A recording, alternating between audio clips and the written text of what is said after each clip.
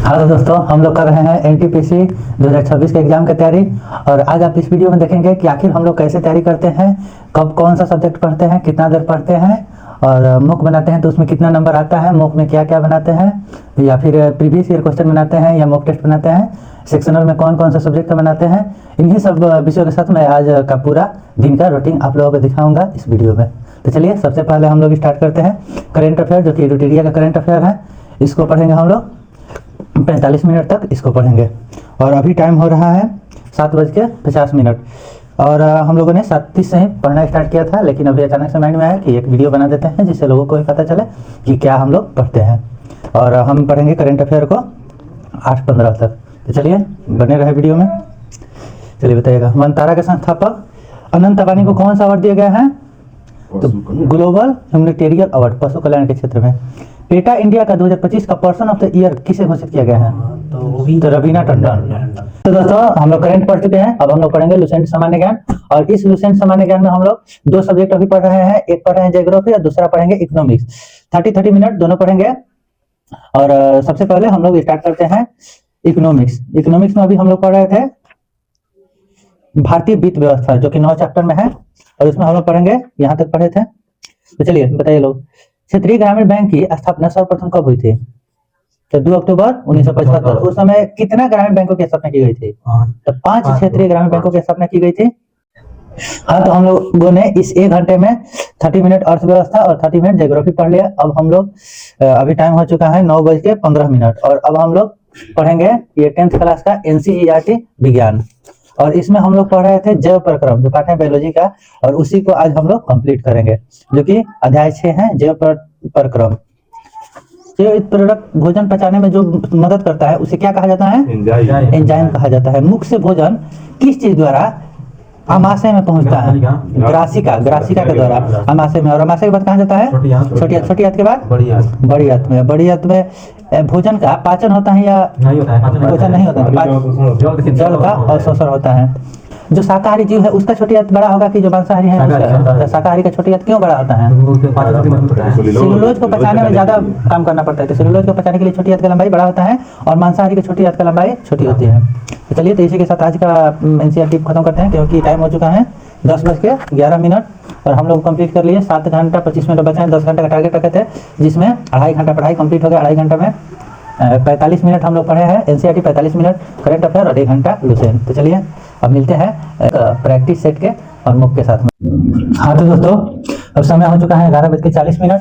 और हम लोग डेली लगभग 11:30 से एक मॉक टेस्ट बनाते हैं, और जिसमें या तो प्रीवियस ईयर क्वेश्चन बनाते हैं और या फिर कोई मॉक टेस्ट। उसी सिलसिले में आज हम बनाएंगे RRB NTPC ग्रेजुएट लेवल का जो एग्जाम हुआ था 2025 में, उसमें का 24 जून का 3rd शिफ्ट का प्रीवियस ईयर क्वेश्चन, जो कि अंतिम दिन हुआ था एग्जाम। तो चलिए दोस्तों सेट को स्टार्ट करते हैं, और अंतिम में आपको दिखाएंगे कि कितना हम लोगों का मार्क्स इसमें आ रहा है। और मेरे साथ मेरे सहयोग में एक दोस्त रहते हैं जिनका नाम है प्रिंस कुमार, और ये भी हम दोनों लोग साथ में मिलकर प्रैक्टिस सेट को बनाते हैं। तो चलिए, और हम लोग 2 घंटा 30 मिनट लगभग पढ़ चुके हैं, और 10 घंटा का टारगेट है, जिसमें अभी 7.5 घंटा टाइम बचा हुआ है। चलिए इसको भी स्टार्ट करते हैं, और साथ में मॉक टेस्ट को भी स्टार्ट करते हैं।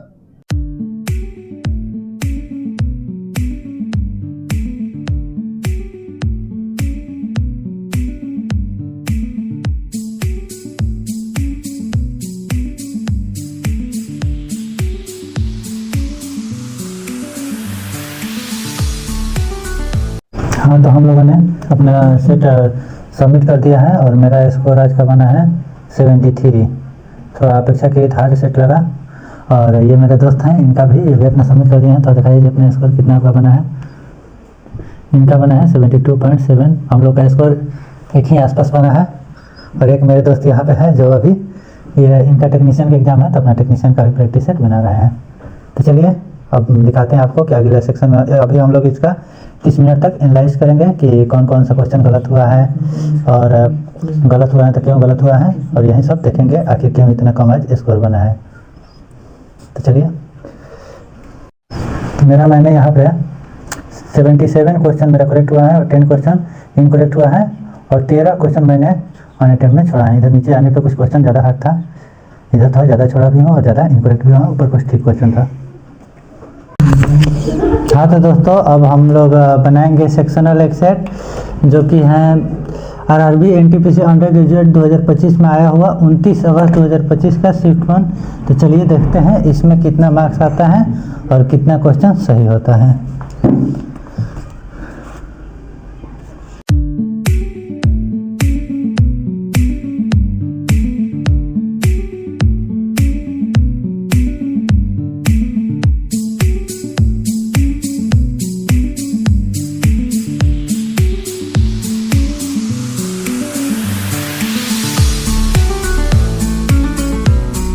चलिए, तो ये मैथ का सेक्शनल सबमिट हो गया और देखते हैं इसमें कितना स्कोर आ रहा है।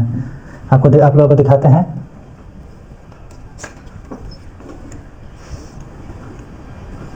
इसमें मेरा स्कोर हुआ है 30 अटेम्प्ट किए थे, 30 में से एक क्वेश्चन गलत हो गया है, जो कि अब मेरा स्कोर बना है 28.67। देखते हैं कौन सा क्वेश्चन गलत हुआ है।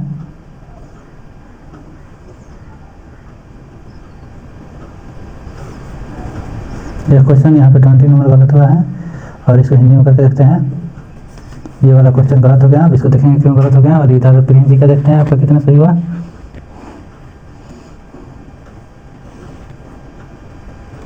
काफ़ी नेटवर्क काफ़ी स्लो चल रहा है।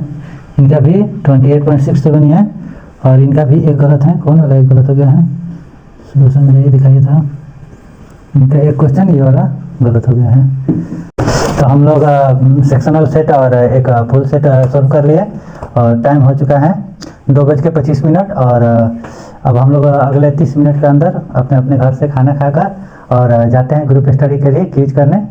और वहीं पे जाएंगे हम लोग अब क्विज करने। और हम लोग का लगभग 10 घंटा में 4.5 घंटा बचा है, 5.5 घंटा पढ़ाई लगभग हो चुका। तो चलिए अब दिखाते हैं आपको क्विज का कि वहाँ पे कैसे हम लोग ग्रुप में पढ़ते हैं।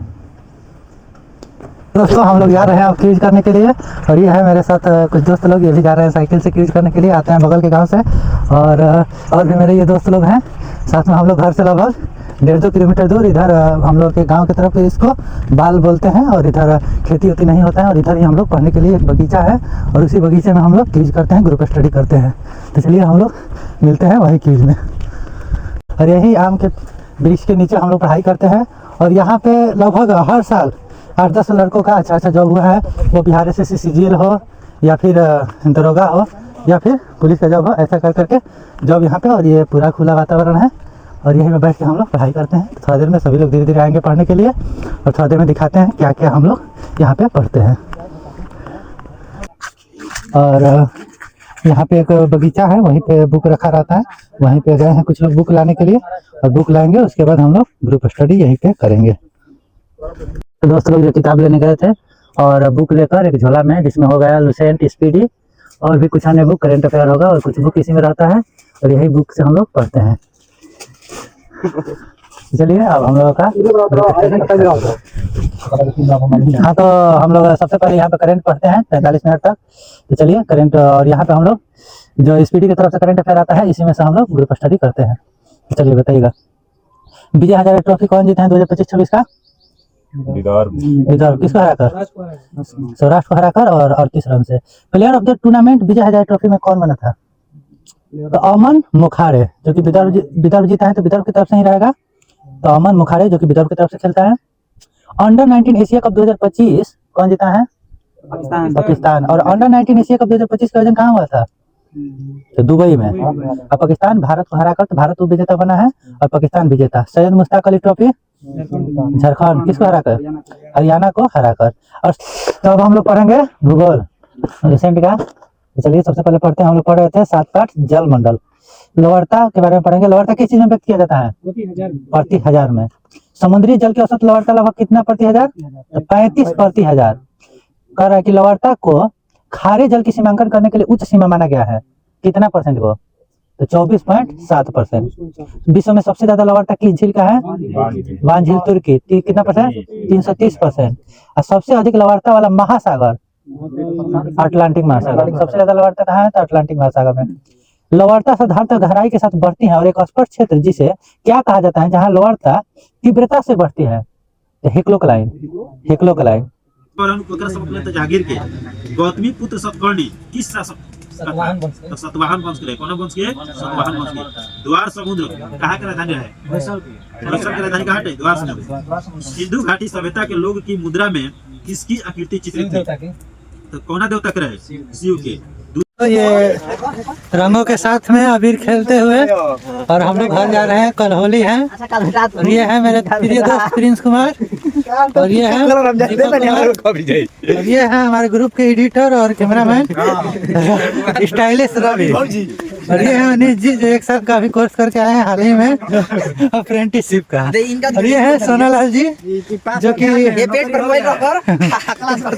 क्लास करते हैं और डाबरा सर के स्टूडेंट, और ये है प्रिंस जी जो कि स्माइली बॉय, और वहाँ पे है एक स्माइली बॉय, और हम लोग अब जा रहे हैं घर की तरफ प्रस्थान कर रहे हैं, और ये है घर जाने का रास्ता, और यहीं से बच चुका है। और हमने क्विज में 3 घंटा तक अभी पढ़ाई किया, जहाँ पे हम लोगों ने करेंट अफेयर और लूसेंट के जीके और स्पीडी, और उसके अलावा एक चीज होता है कि जितना क्विज में लोग हम लोग पढ़ते हैं, मान लीजिए कि 15 लोग 16 लोग होते हैं, तो 8-8 लोगों का 2 ग्रुप बना देते हैं, और उसमें क्वेश्चन डिस्कशन करते हैं। एक आदमी बीच में कोई पूछेगा क्वेश्चन दोनों ग्रुप से, और बारी बारी से उसका आंसर देना होता है, और उसका पॉइंट्स लिखा जाएगा, और जो गलत करेगा उसके लिए वहाँ पे निगेटिव मार्किंग का भी व्यवस्था रहता है, और दोनों टीम में से कोई एक टीम विनर होता है। तो वह हुआ, और उसके बाद हम लोग 3 बजे से 6 बजे तक क्विज किए, और 6 बजे के बाद अभी घर पे आ गए, और 7:30 बजे तक अपना फ्रेश व्रेश होकर और अभी पढ़ने बैठ गए, और मुझे अभी 2.5 घंटा अभी पढ़ाई करना है। 2 घंटा 31 मिनट मेरा 10 घंटा कंप्लीट होने में बचा हुआ है। तो चलिए उस 2 घंटा 30 मिनट का यूज करते हैं। पहला मैं 30 मिनट तक, अभी 8 बजे तक, और अभी मैं टाइपिंग करूंगा सोनी टाइपिंग पर, इसलिए कि एनटीपीसी एग्जाम के लिए टाइपिंग बेहद जरूरी है। तो अभी पहले मैं टाइपिंग कर रहा हूँ और उसके बाद कुछ पढ़ूंगा। चलिए मैं अपना टाइपिंग को स्टार्ट कर रहा हूँ।